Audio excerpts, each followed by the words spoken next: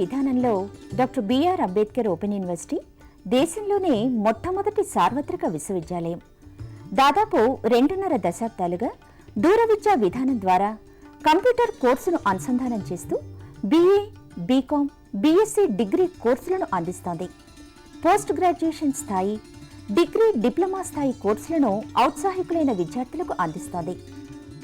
Development స్టడీస్లో centre for economics and social studies ద్వారా MPhil, PhDతో పాటు విశ్వవిద్యాలయమే స్వయంగా దూర విద్యా విధాన అంశంపైన PhD వంటి పరిశోధనా కోర్సులు ప్రవేశపెట్టింది. రాష్ట్ర వ్యాప్తంగా సుమారు 4.5 లక్షల మంది విద్యార్థులు ఈ విశ్వవిద్యాలయం నుంచి ఉన్నత విద్యావకాశాలు పొందుతున్నారు. డాక్టర్ బిఆర్ అంబేద్కర్ సార్వత్రిక విశ్వవిద్యాలయం స్థానికంగా స్వయం బోధనా పద్ధతిలో ముద్రణ రూపంలో రూపొందించిన కోర్స్ మెటీరియల్ అందిస్తోంది. కోర్స్ మెటీరియల్ అధ్యయనానికి సహకరించే విధంగా రేడియో, టెలివిజన్ పాఠ్యాంశాల ఆధారంగా కార్యక్రమాలు ప్రసారం చేస్తోంది. అధ్యయన కేంద్రాల ద్వారా ఏర్పాటు చేసే సలహా సంసర్గ తరగతులు, సైన్స్ ప్రాక్టికల్ సౌకర్యాలు విద్యార్థులకు స్వయం అధ్యయనానికి ఒక చక్కటి అవకాశం. ఇవి విద్యార్థి సమీపంలో ఉండే అధ్యయన కేంద్రం నుంచే పొందొచ్చు.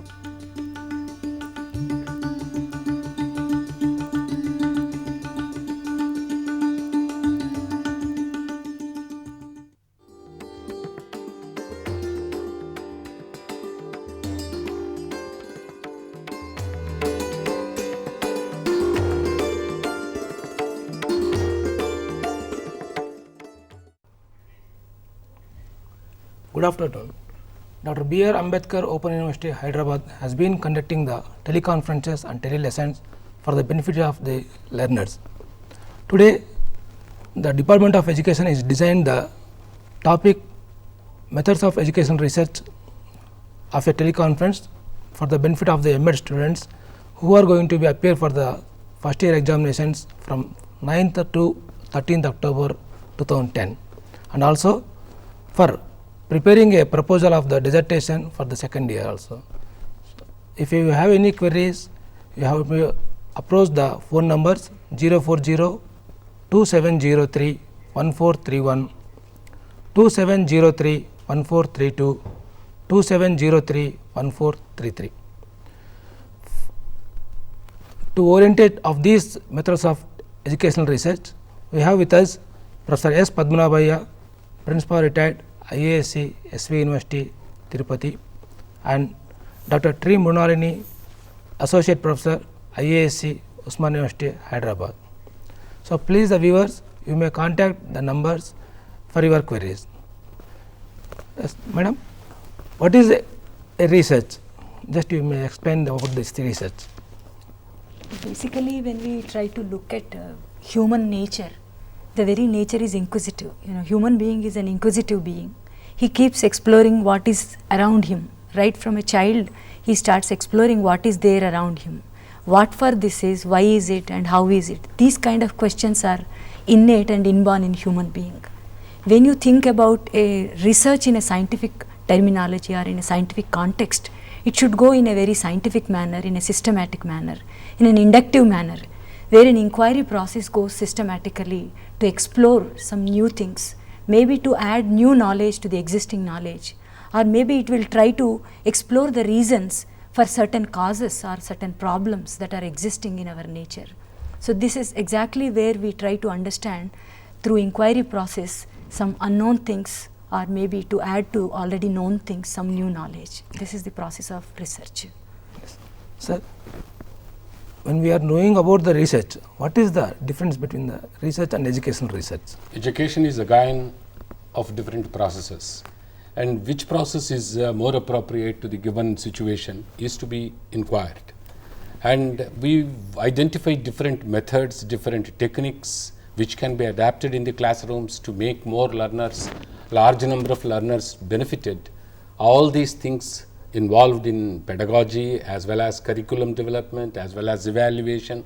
So different areas of education are to be inquired to refine our methodologies in conducting the process of education. In making the process of education more and more effective, we have to carry on research, and research in education leads to definitely development of educational processes. Yes. when we are thinking about this educational research, is there any types of educational research is there, madam? Basically, when we look at the whole researching methodology itself, we fundamentally find there are three important types of research. One is what we generally observe in a laboratory, which happens in a more closed manner, in a controlled manner, where research happens.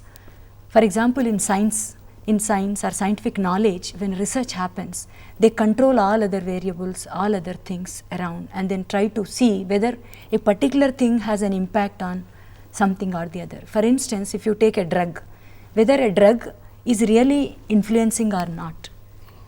These days we are talking about vaccination of H1N1 fever. So whether this vaccination is effective or not. So they conduct an experiment through basic research. Type of research that they conduct is basic type of research or basic research. So they try to locate whether this particular drug or vaccination is effective or not, or what are the reasons for this particular kind of a disease or problem or a symptom, whatever it is. So like that, basic research goes into the laboratory nature of a research. Then second category of research is an applied type of research, where in the application type, mostly behavioral sciences adopt this particular type of research, that is applied type of research. Even education being one of the applied fields, we also adopt this most of the times applied type of research. So in this applied type of research, we try to go with a cause and effect relationship in terms of human behavior, human understanding and human problems. Especially we relate it to the classroom context and see why children behave the way they behave. Why is this particular method is effective or not? Is a particular category of schooling methodology is good or not?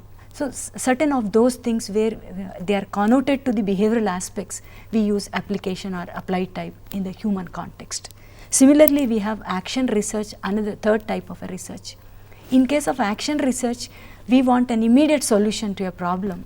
It could be, most of the times in education, we go with the classroom problems. A teacher encounter with a problem, it could be an absenteeism, or it could be an understanding problem, it could be a behavioral problem. So when you look at these problems, teacher is all the time worried and concerned about the child. So this teacher can use action research, and it can be undertaken within 2 months time or maybe 6 months time. Maybe they may take, depending upon the nature of the problem, they can use this action research and find a solution to the problem immediately and apply to the problem that is encountered by the teacher. So it is a very immediate type of a solution found. The person who involves in the process undertakes research. Yes. It is called action research. Because Yes. that research should be oriented towards action. So action research will be gives more beneficial than the basic and applied. No, not like that. Not like that. Means it is a very limited time we can get the results. Yes, immediately the person who is involved in the process, if he has any problem, to find out the solution scientifically, he has to conduct action research and identify these possible solutions and rectify that situation and make the system more and more effective. Okay.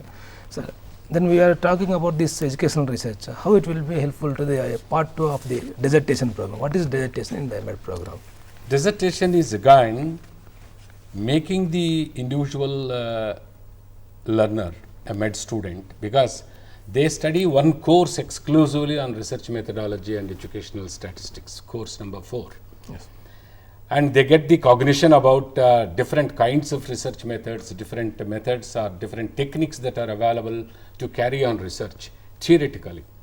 But that is not sufficient. We want to just make the student to get some practical orientation also before they get their degree, M.Ed, master's degree in education. That's why dissertation is a mini research, using all scientific methods and techniques that are supposed to be used in any research should be used by the student, and he has to develop those skills of carrying on research throughout his career as a teacher or administrator or a researcher.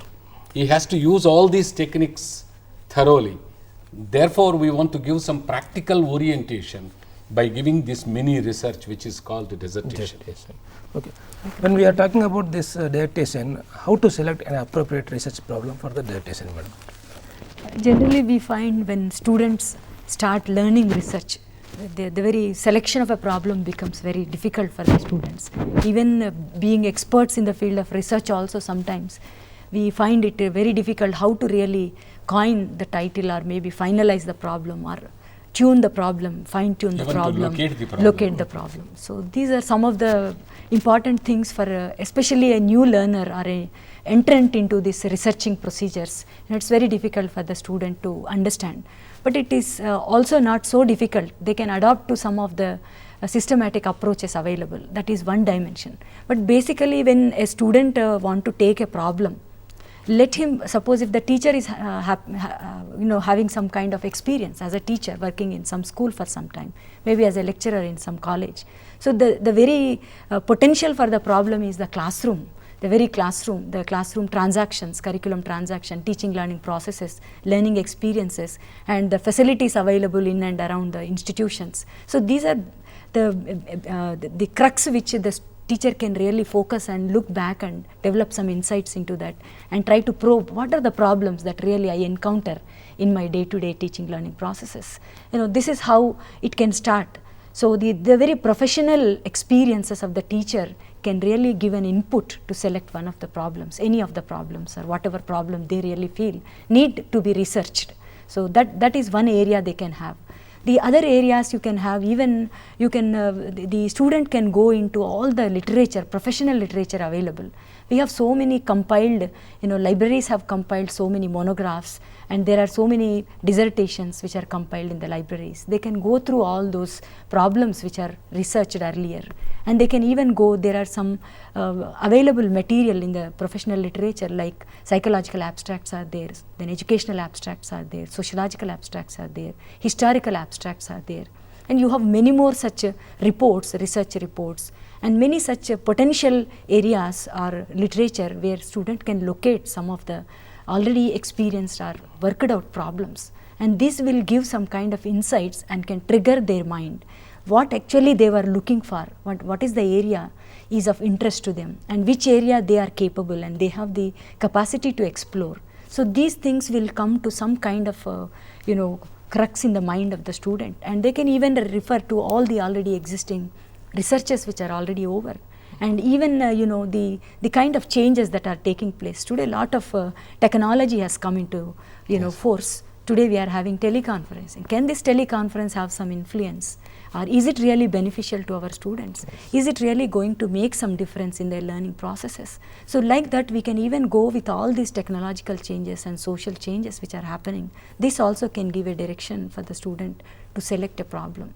So like this, we can have different sources where we can locate the problem for the research process. So identifying of a research problem is within the environmental of the research and what we have to observe the research. I want to supplement. Yes. The student of M.Ed should develop analytical thinking of the entire process of education. Yes. So everything, every aspect is important. Yes. Every inch they can find a problem. A trivial matter also. Yes. Why there are suicides among intermediate students? Yes. What made them to go for that extreme decision? Is it parental pressure or institutional pressure or master's pressure or his own imagination?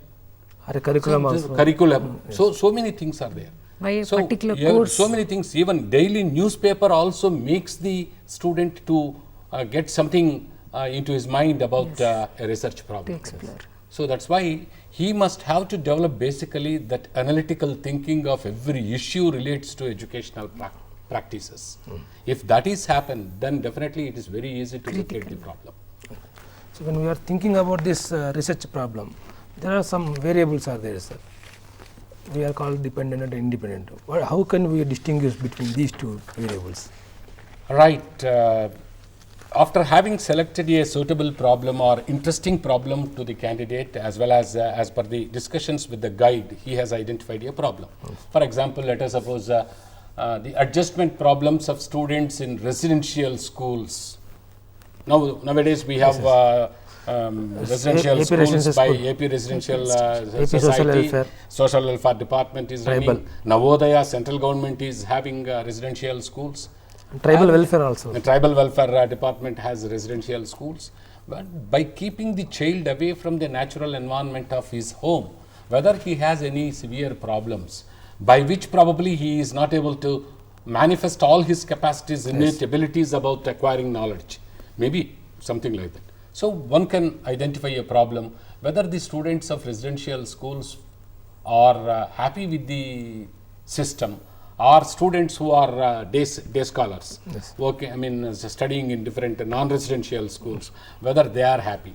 If you want to just compare two groups, probably selecting 100 or 150 students from residential pattern or 150 students from non-residential pattern. So what is the dependent variable here?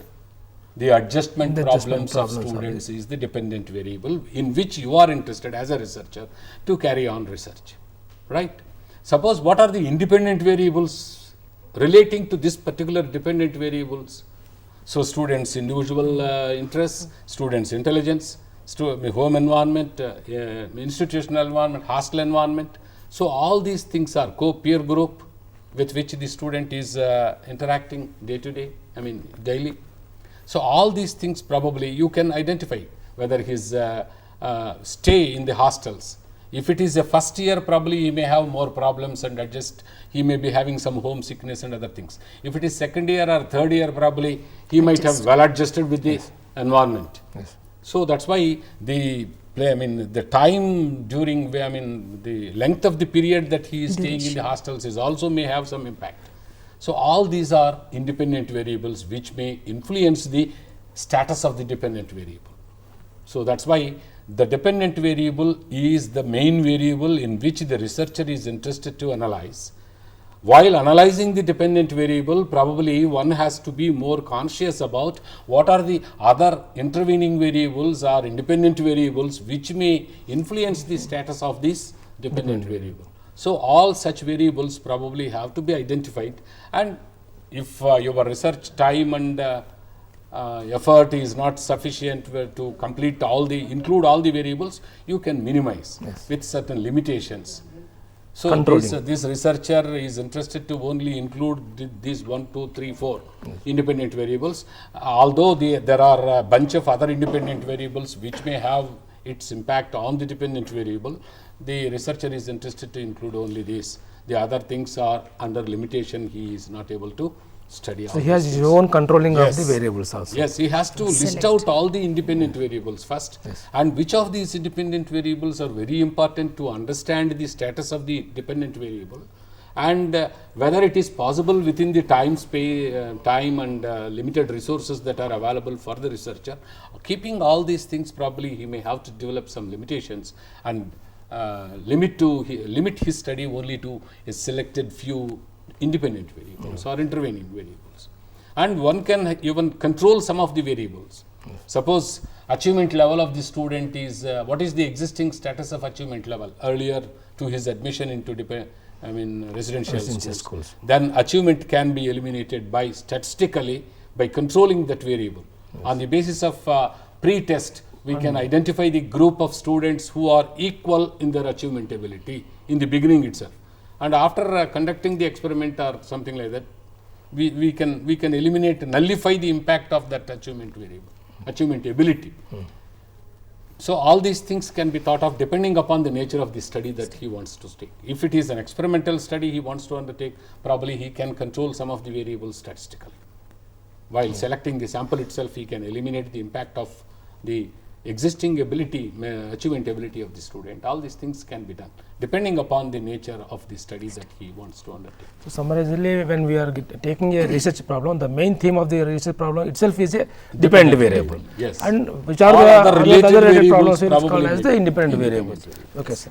So then what are the objectives of a research, madam? When we are finding out the educational research or a dissertation, how we are going to find it? It's very important once the student starts or locating the problem. The very identification of the problem itself is half done the research. If beautiful problem, nice problem, correct problem, and precisely and correctly defined relevant problem, if they are able to locate, I think half of the research is done.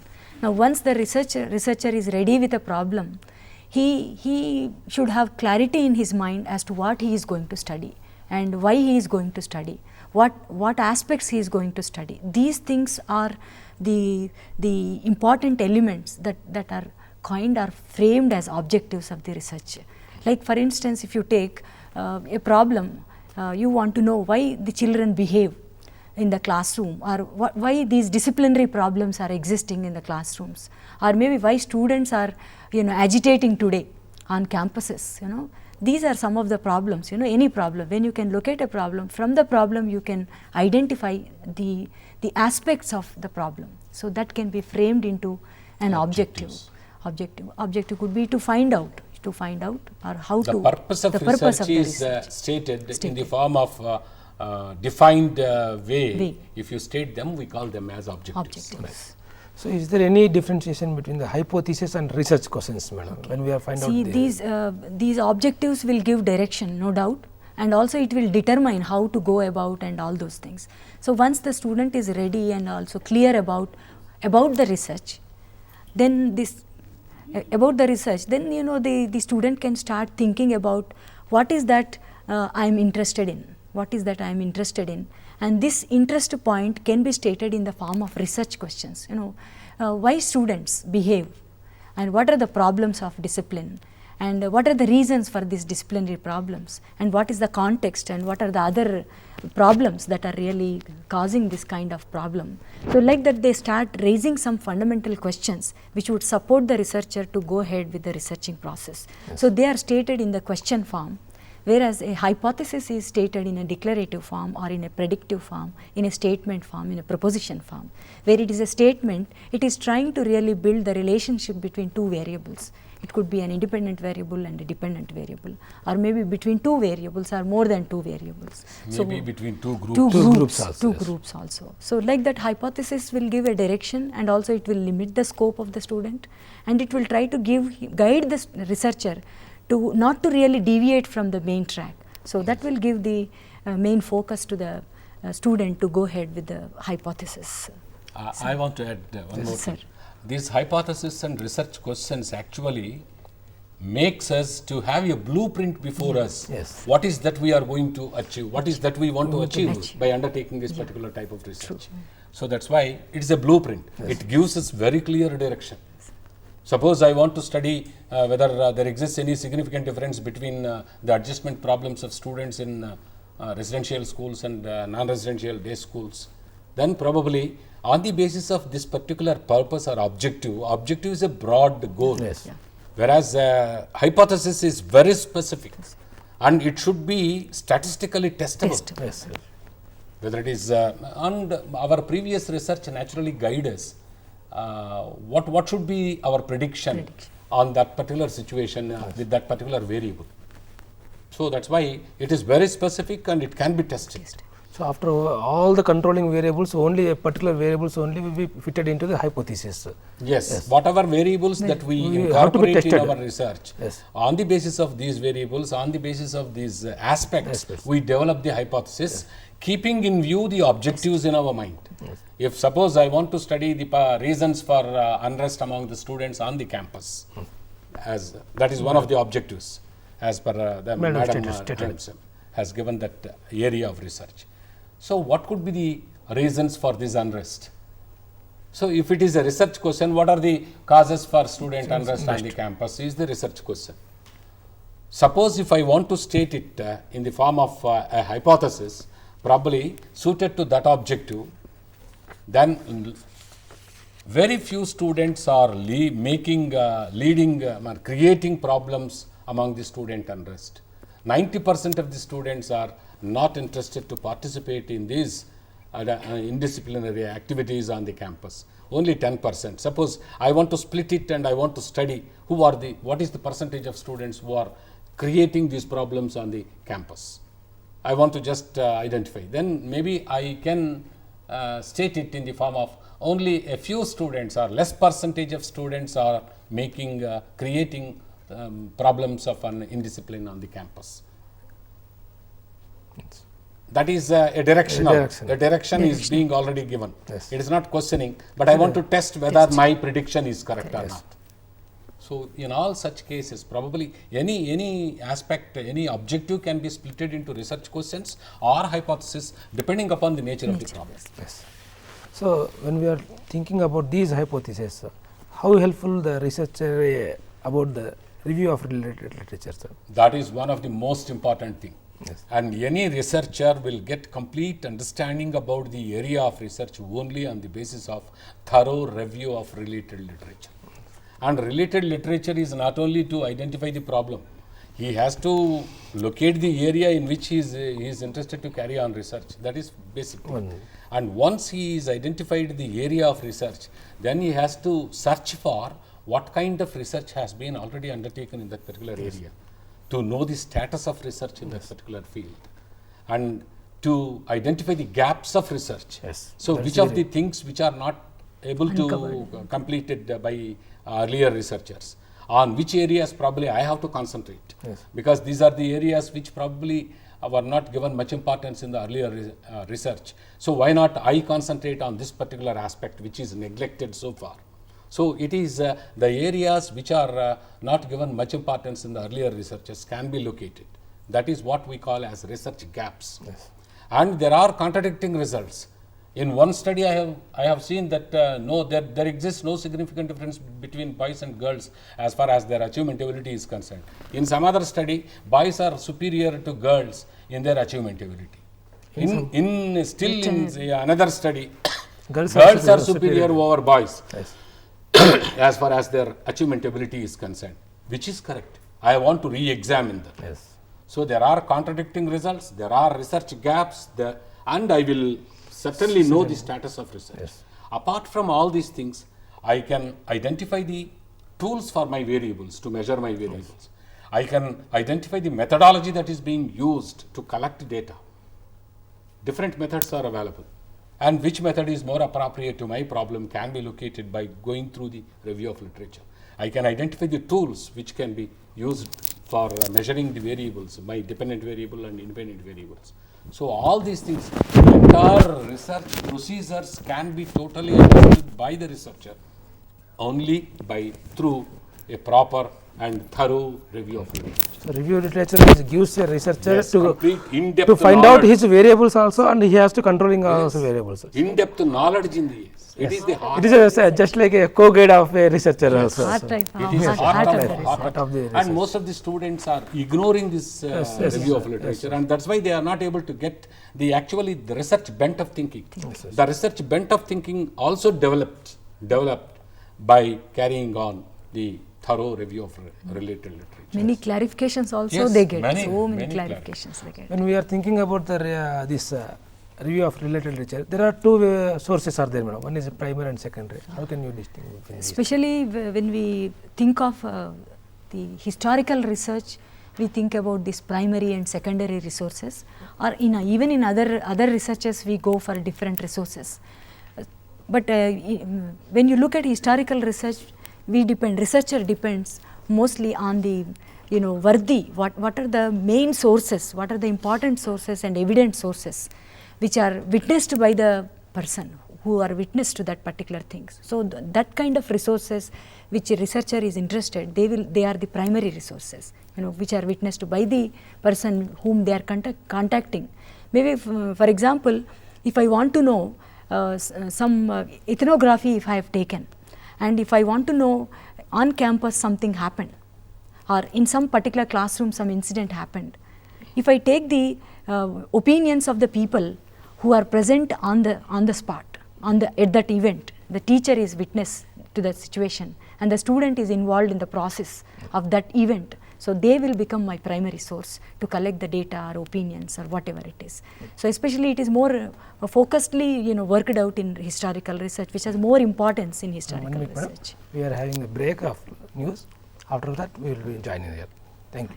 Fine.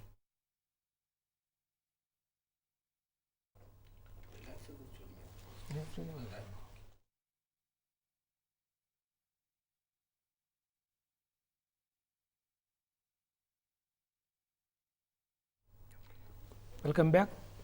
Viewers, you may interact with the phone numbers 040-2703-1431 2703 1432, 2703 1433. You may interact your questions in Telugu also. Madam, just we are been talking about this primary and secondary sources. We were discussing about primary sources and secondary sources for research data collection or information collection. So in primary resources we were talking about an event and the witness has to be taken into account. You know, these are called as a kind of testimony, spoken testimony. This is called a source called spoken testimony. That is, the speakers, real subjects involved in the process are taken as our subjects of research to collect the data or collect the information. The other thing could be the primary resources, the original documents. The documentation was done or taken or done by or taken up by somebody originally, like it is like biography written by somebody. So I can know what actually the author has written about himself. So those primary resources I can collect. Even the minutes, let us say we are talking about a policy or we are talking about something, then I can collect the minutes of that particular meeting, what has happened about the policy issue. I can even collect the policy documents, original documents, all the original documentations I can use as primary source. And apart from that, even I can go for the certain things, it is especially in the context of historical research, I can go to the primary reminiscences and relics that you know, the material like objects, the things which are there. If I am conducting a historical research on maybe the time of Shivaji, what has happened and who were the people who were participated in a particular thing. So then I can go to those available, maybe the photographs, original photographs or original documents of that particular time, or remnants. Maybe in the museum I will get some reminiscences and some reflections. Now in Nizam we have all the museum, all the things. So those are the kind of things, objects and things which I can collect, and they can become my primary source of data when I am conducting my research. Similarly, we can go for secondary sources. Secondary sources are not as we have seen primary sources. It is the second, like in a sense somebody wrote about somebody. It is biography of somebody written by somebody else. So I have taken all the information from the person and I wrote on my own. So this becomes the second person writing about somebody. So this becomes the secondary data or secondary source of data. So such of those documents which we can use or which we can consume are some of the other reports, you know, written by somebody. So such kind of data where we will get the second person's reporting about somebody else or something else, then such kind of data becomes secondary data. So we can use whatever the nature, depending upon the nature of the research, we can go for different types of data. Original collection of the So historical origin, research. if you collect information from the origin by the researcher, it is primary research. If it is created by some other person and you are consulting that, suppose you have conducted a research for that purpose. So even a review related also be some yes, type all of reviews secondary. will become all secondary. review of related literature gives us only secondary sources. Okay. Then when we are going to doing of these primary and secondary research, so how do we get the data gathering tools? How do we have to prepare these? So we have innumerable number of techniques, tests and tools for collection of data. Yes. And as there is qualitative data and quantitative data, depending upon qualitative data, what are the tools that are available? Questionnaire, open-ended questionnaire is a qualitative tool. Like that, suppose if you want to use observation as the technique, it's a qualitative one. And suppose if it is quantitative, we have tests where we can closed-ended response pattern is decided, and we give the numerical weightage for the responses, and all the tests, achievement tests, personality tests, intelligence tests, and aptitude tests.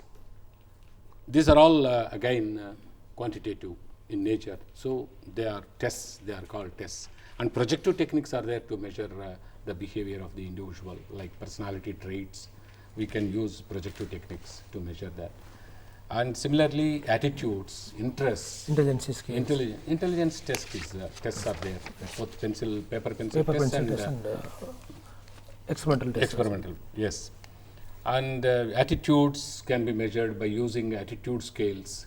Again, there are two versions of mostly used attitude scales. Attitude, what is that? Summative ratings by Likert type of summated ratings, and judgment values given by what is that? Thurston's Likert's summated ratings, and Thurston's value judges. Judgment values can be used as to measure the achievement test. Attitudes. So interests can be measured by interest inventories. Adjustment scales are there. So innumerable number of tools are available. The only thing is the researcher has to identify the nature of the variable which is to be measured, and what are the different methods that are available, what are the different techniques that are available to measure that particular variable. And this knowledge he can gain only on the base by carrying on thorough review of literature. That's why review of literature makes the researcher to get complete information about what are the different techniques and steps that he has to follow in carrying on his research scientifically. Yes. So, after preparing of a tool, madam, is it possible to conduct the research for all the sample groups, or we have to minimize the samples?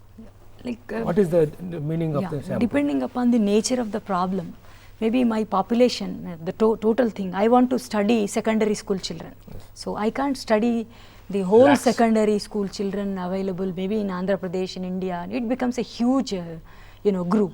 So this, in fact, we call in research language this as a population. Yes. Population. My population is, I want to study secondary school children. So it is universal population. This is universe. This is the whole universe. So then, what is the amount of population, or the part of the population, or the representative of this population I want to study? And again, it depends on nature of the problem, whether it is finite or infinite. Do I know the whole population? Do I have the characteristics of all the population or not? I should know that. If I know it, then I can go with that category of that type of sampling methodology. And if I don't know the nature of the population, then I can go for the other type of things. So when you know the nature or the characteristics of the population, then you go for the probability type of things. That is probability sampling method. The other one is non-probability sampling. Yes. So again, within that infinite and finite population, if my population, if I want to study something about the viewers of television, yes, then I don't know who are my viewers. I can't study the nature and characteristics of these viewers. Then I have to invariably go for the infinite nature of the population. Then I have to go for the non-probability methods of sampling. So like that, we have probability techniques and non-probability techniques of sampling. For instance, probability basically looks for the randomization. That means my sample, what I'm selecting, that frame should have the representation, all the characteristic features I should see in my sample. Maybe I want to study the characteristics like the gender, age, or maybe I want to study about the locality. Yes. So I should know what am I going to study. So those characteristics I should see that invariably they are represented and reflected in my sample.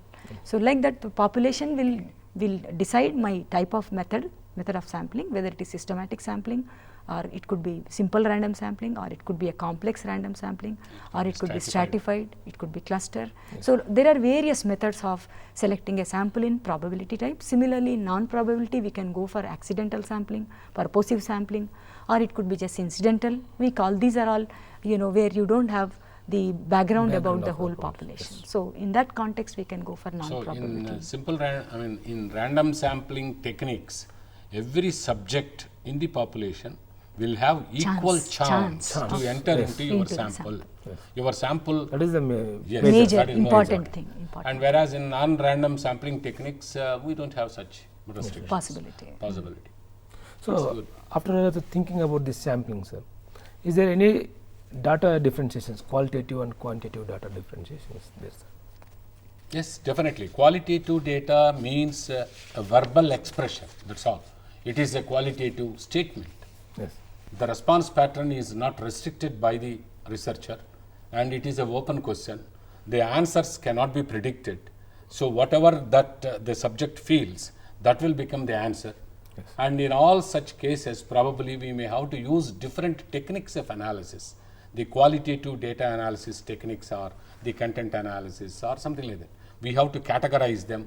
Mostly we will be making some frequencies, that's all. how many people have given this particular type of response can be counted. So that is only a frequencies. On the basis of frequencies and percentages, probably we may have to give interpretation of qualitative data. Yes. Whereas quantitative data is more precise. The answers expression, the expressions of the subjects can be represented in the form of numerical values. So when it is, that is what we call it as quantitative data. And this quantitative data allow us to use all statistical techniques that are available for the purpose of analyzing the data, whether it is descriptive statistics, inferential statistics, parametric statistics, non-parametric statistics, all these things. So variety of tools, statistical tools can be employed to analyze our data. Whereas in qualitative data, one should be more careful and he must have very clear understanding about the data, the nature of the data that he has to analyze. Yes, sir. So, one Ruby, sir. Hello? Hello? Hello. Hello, sir. Sir, good afternoon, sir. Good afternoon to you all. Myself, Ganesh from Warangal. Sir, yes. Sir, now you are telling about the sampling and the assessment and everything. Yes. But the random sampling or some problematic and this climate and this habits and of the people and etc. etc. Is it useful for our newly arranged committee of this register committee people can use this for the guidelines or not? If possible, you please suggest the thing. So, he is asking about the various different types of samplings, sir. Is it useful? Mr. What is your name? Hello? Ganesh. Ganesh from Warangal, sir. Ganesh, you have raised very good question. The thing is, depending upon the nature of the problem on which you are carrying on your research, you have to use the appropriate sampling technique, whether it is simple random sampling or stratified random sampling or systematic sampling or cluster sampling. So these are all random sampling techniques. Randomization is the basic principle in selecting the sample for your study. Depending upon the nature of your study, suppose your study is on secondary school students, then how many schools are there in Warangal district secondary schools? Maybe some 400 or 500 secondary schools. Whether you are interested to study students of only Particular mandal. Yes. then you can limit your population area. The census area can be minimized. Then from out of these schools, you have to select schools at random, and then from schools you may select students from 8th class, 9th class, 10th class, in which grade you are interested. So depending upon the purpose of your research, you have to use any one of the most appropriate sampling technique. Okay? Yes. So, madam, after our discussion, this says that different tools are there. So, these tools are described into two categories: descriptive statistical analysis and inferences. What is about the descriptive statistical analysis, madam? Like again, it depends on nature of the data. What data we have? What is the nature of data we have? Is it probability, again, parametric type or non-parametric type, depending upon the parametric and non-parametric type of the the statistic technique that we want to use, and again nominal or ordinal, what scale we have taken, depending upon that we go for the descriptive type of statistics. In fact, we go for the simple types, because these are the beginners. We can go for a very simple type of statistics, descriptive statistics, like measures of central tendency. Yes. Maybe we can ask the students to go for the average performance of the children or mean performance of the children, and how do they really differ, in the whole class. What is the variation? Is there any variation? Then they can go for the measures of dispersion, where they can go for standard deviation. And similarly, if they want to know what is the range in the first rank and to the last rank holder, then again they can go for the dispersion type of measures of dispersion. Range they can see, and it is not that accurate or useful in a very systematic research, but still they can know from the study and from the data. 1 minute more. Yes, hello? Hello? Hello, good afternoon, sir. This is Anil Kumar Kompali. Yes. I would like to know one thing. You are suggesting number of samples and this method, no? Yes. Is there any specific guidelines? Is there any specific guidelines? Are there any specific guidelines, either from UGC or from the concerned university? Yes. For governing this research? Because usually what happens, I may think that a particular sample or particular research problem has a novel point to Ready look into solution. it. But Sir. are there any specific guidelines wherein the student can understand Okay. I think, indicatively? Mr. Kumar, you might have studied the 4th course, research methodology course, Okay. in which there is very clear description about all the techniques of sampling. Okay. So you just understand those techniques and adapt those techniques which is most suitable to your problem. What is his question is, overall, is there any guidelines about by UGC or some other? Sir? See, The research itself is adopt a particular area where we have to be doing the things, carry out the research. Can I interrupt? Yes, ma'am, Like you can interact. you know, basically when you look at any research methodology textbook, it orients you how to start. It starts with the problem, it ends with the analysis processes and also Writing the the report part. So all that is in any basic book of research will give you. Apart from this, the style of reporting or style of writing or anything systematically, scientifically, if you want to know, APA style, it is called American Psychological Association style. It is available on websites, you know, any website you can locate about the research. Google, you go and then say APA style of writing research. Then you will know the whole systematic writing style of the researching report and other things. Even for review, what is the procedure you have to follow. For everything, there is APA style. We use most of the times APA style. Even you can use any basic research methodology book that would really guide you if you read it thoroughly. So what is the Kumar's question is, madam? Any guidelines Is there any guidelines? Guidelines? guidelines are there. Is Every there research methodology across book is a the universe also it is adopting the style Universally of you things. can use Yes. Okay. Coming to the point, sir, is there what kinds of inferential statistics available? So as far as descriptive statistics, even still normal distribution, whether the scores are properly distributed, normally distributed, or is there any skewness or kurtosis, whether there is extreme scores are influencing the mean or some measures of central tendency or dispersion measures. All these things can be studied under descriptive statistics. The data can be described even by graphical representation, diagrammatic representation, which probably we may Even discuss relationships on. they can Yes. study. Even Relationships can also be studied. the correlation between two variables, scores between two groups, all these things can be compared. All this is comes under descriptive statistics. And with regard to inferential statistics, probably we have again parametric statistics and non-parametric statistics. So parametric statistics are those statistics on the basis of which we can generalize or we can predict the values in the population, basing on the knowledge about the sample. A small group you have studied in your research and you have observed certain things. Whether you can attribute these results to the entire population, you can do it, provided if it is fulfills the parametric statistical principles. Inferential statistics will be testing the hypothesis and it will be use the generalizations. Yes, we can go for generalization on the basis of by using these inferential statistics. In descriptive, it is not It possible. is not possible. It is not Yes. possible. That is the only Descriptive difference. statistics gives That only group. about describes about the sample That's which you have studied. Yes. No, you can't Generalize. Generalize. But while you use inferential statistics on the basis of your understanding of the sample, you can attribute the results for the whole entire population. So suppose you have observed that there exists a significant difference between rural children and urban children as far as their achievement ability is concerned. Is it true with the population? Don't know. We don't know. If you adapt inferential statistical techniques and if your results prove that they are significant, then definitely you can say, yes, in the sample, these two groups are different significantly. Therefore, it could be possible at 5% level or 1% level of the in the entire population also it is possible. So, in that way, you can Predict. So, t-test is there, analysis of variance, one-way classification, two-way classification, three-way classification tests are there. That is F value, F ratio, T ratio.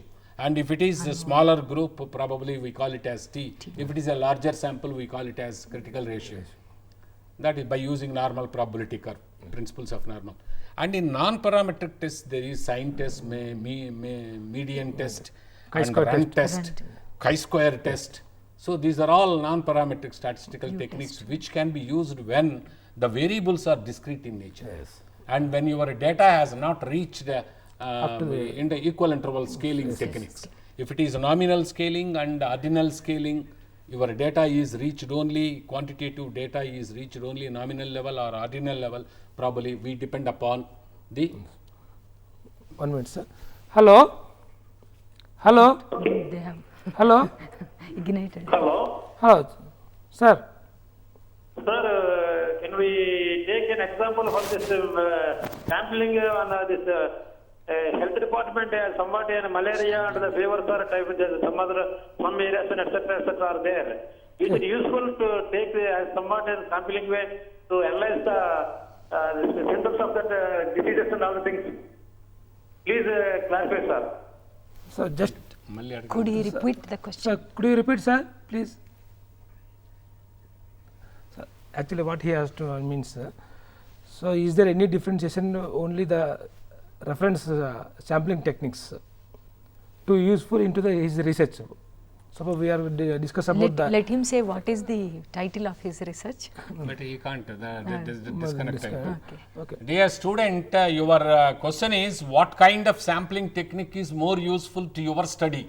And your study you have not revealed us. Hello, sir. Hello? Hello? Sir, is it useful in various sectors of this health department? Health department is surveying about the malaria Yeah, they can. and this dengue, etc., viral fevers and etc. Yes. For that, to find that sensitiveness of that things, is it useful?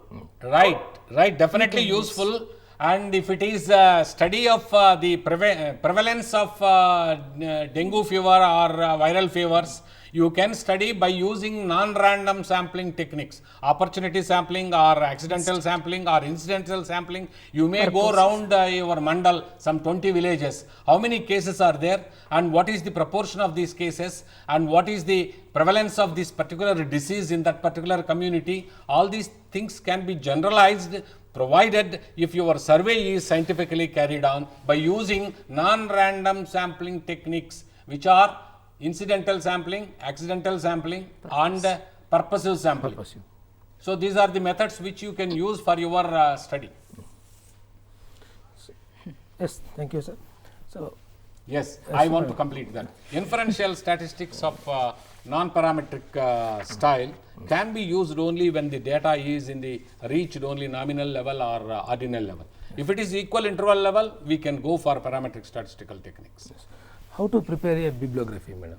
Okay, fine. Bibliography is the very important aspect. Why we prepare bibliography also, I would just rationalize for the sake of students, because we have to acknowledge the resource what we have referred, that is first important thing. So, we have to record and add all the bibliography by taking the author name, then year within the brackets, and then title of the book or journal or whatever you have referred within italics, and then go for the publisher. So, these are very important things. Okay. Thank you, ma'am. So, thank you, sir, Professor S. Padmanabhaiah garu and Dr. T.Mrunalini, who are people here. Thank you for